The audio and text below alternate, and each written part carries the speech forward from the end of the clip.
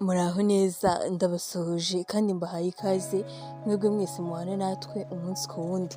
Wowe wakoze subscribe ndagushimiye cyane, Imana iguhe umugisha. Nawe utarayikora ni ukuri waracikanywe. Ahangaha turebera hamwe ibintu byinshi kandi byiza by'ubwenge by'ingirakamaro mu buzima bwacu bwa buri munsi. Niba utarakora subscribe rero uracikanywe n'iyi nkuru nziza y'urukundo ngiye kubagezaho. Ni inkuru yitwa NARAMURETSE aragenda. Ni inkuru impamo, ni inkuru twagejejweho n'umukunzi wacu. Iyi nkuru rero ikaba ifite ibice bibiri. Uyu munsi tugiye kurebera hamwe igice cya mbere cy'inkuru yitwa NARAMURETSE aragenda. Ndabyibuka neza hari 19 z'ukwa kabiri mu masaha ya saa moya ashyira saa mbiri. Nibwo narebye mu mufuka wanjye n'ahantu hose nzi nakundaga kunaga uduceri, mbura byibura n'igiceri cya 20. Numvise agahinda kanyishe kuba mbuze amafaranga nta n'uwo nabona hafi ngo ayambe.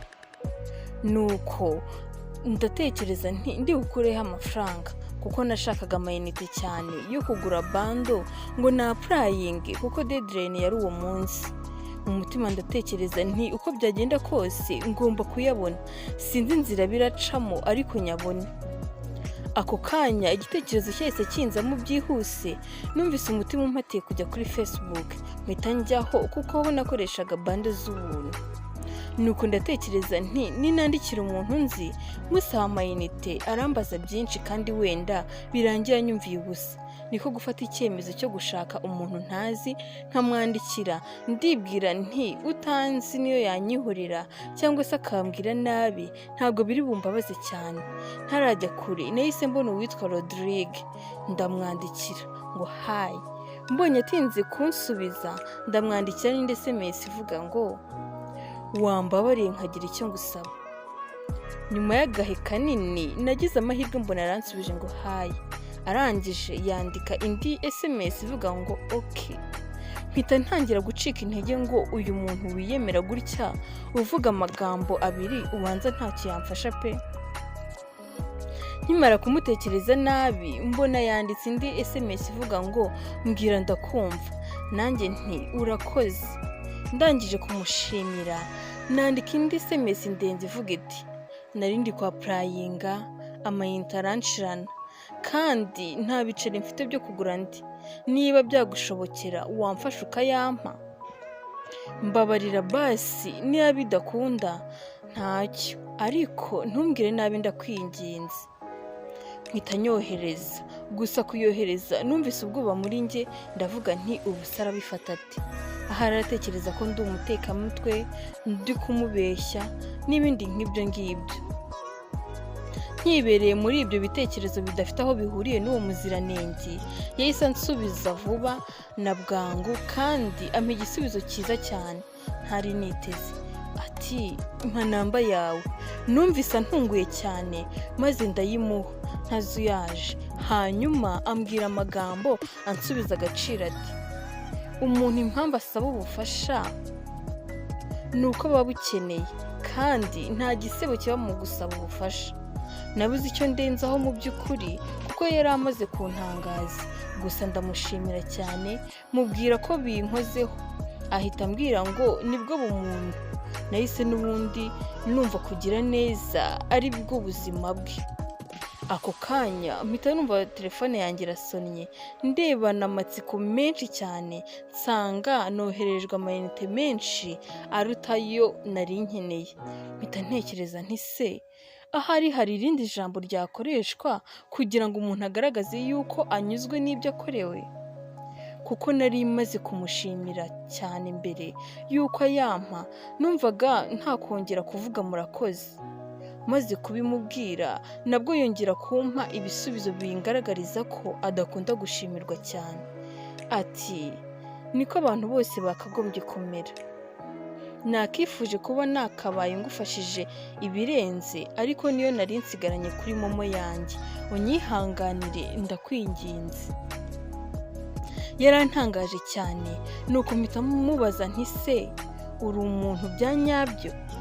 Kuko ntakubeshye nyuzwe nako ndenzwe n'ibyo unkoreye, kuko gufasha ni kimwe deni gufasha umuntu utazi kandi byihuse ni ukuri bikora bake. arangije arambwira ngo wimbwira gutyo kuko umpaye ibirenze. Ibyo narindi gusaba Imana imfashe ntibizanyorohere kwibagirwa ineza ungiriye. Nyuma y'ibyo biganiro byose twagiranye ambwira ko yishimiye kumenyana nanjye, hanyuma ahita ampa nimero yiwe. Numvise nishimye cyane bidasanzwe, ndabyibuka ko iryo joro sinariye kuko numvaga mpazi ibyishimo. Uko iminsi yakomeje kwicuma niko nanjye nakomeje kuvugana na Rodrigue. Kuvugana kwanjye nawe kwari hayi, umeze neza, sawa, ugira ijoro ryiza. Twamaze igihe kinini ari ibyo biganiro tugirana, gusa nabwo atari buri munsi. Nyuma y'ukwezi noneho sinzi uko byaje kutugendekera, twisanga tutakivugana habe na gato, kuko uretse kuba yarangiriye neza nta kindi kidasanzwe cyari hagati yanjye nawe. Rimwe nicaye mu gikoni nibwo nagiye kubona mbona message ivuga ngo hayi, mbona iturutse kuri nimero ntazi. Nibwo nicaye nkora cheki nsanga ni Rodrigue.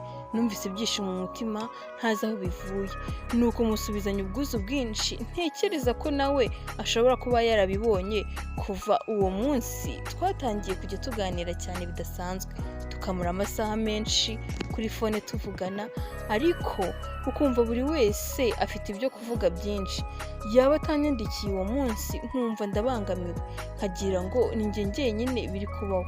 Nkabona nawe ampamagaye ambaza impamvu ntamuvugishije, nkumva ndishimye ko byibura nawe aba yifuza kuvugana nanjye. Nakomeje kumwishimira ntamuzi, nkumva n'umunota ni munini kuba twawumara tutaravugana. Ahari mwakumva ndimo gukabya, gusa ibyo mbabwira ni ukuri. Amajoro menshi twamaraga tuvugana, akambwira byinshi bye. Rimwe twarimo tuganira dutebya bya hatari, sinzi ikintu navuze kijyanye n'abana, nuko ahita ambwira ko afite umwana, nyine ko ari umupapa. Kuko twari twahereye kare dutebya, narabiretse cyane kuko numvaga nyine ntabyizeye. Ndangije ndamubaza nti nizere ko uwo mwana ari mwiza nka nyina. Nawe aransubiza ati yego rwose niko bimeze. Numvise ntabyitayeho kuko nari mfite ikindi kintu kindemereye umutima kirimo kirwana, ndimo ndwana nacyo mu mutima wanjye. Numvaga ku kanya ngiye guturitswa n'amarangamutima adasanzwe mfitiye uwo musore. Numvaga nabimubwira rwose kabone naho atankunda, ariko byibuze nkumva nduhutse. Naba ngiye kubivuga habura gatoya nkibuka ko ndi umwari naba nkoze ibidakwiye, nuko nkomeza gupfira muri Nyagasani. Gusa uko nkomeza kuvuga nkisanga nsa n'ugiye kubica ku ruhande, maze numva arambwiye ngo ese ni ukubera iki? Ese Rodrigue yaba yaramenye ko umwari Raissa amufitiye amarangamutima? Iki cyari igice cya mbere cy'inkuru yacu yitwa Naramuretse aragenda. Nkwibutsa yuko iyi nkuru ari true story twahawe n'umukunzi wacu. Ntuzacikwe rero n'igice cya kabiri, twumve uko Raissa byaba byaramugendekeye nyuma yo kugaragariza Rodrigue amarangamutima mufitiye. Wakoze rero kubana nanjye, ntuzacikwe n'igice cya kabiri cy'inkuru mpamo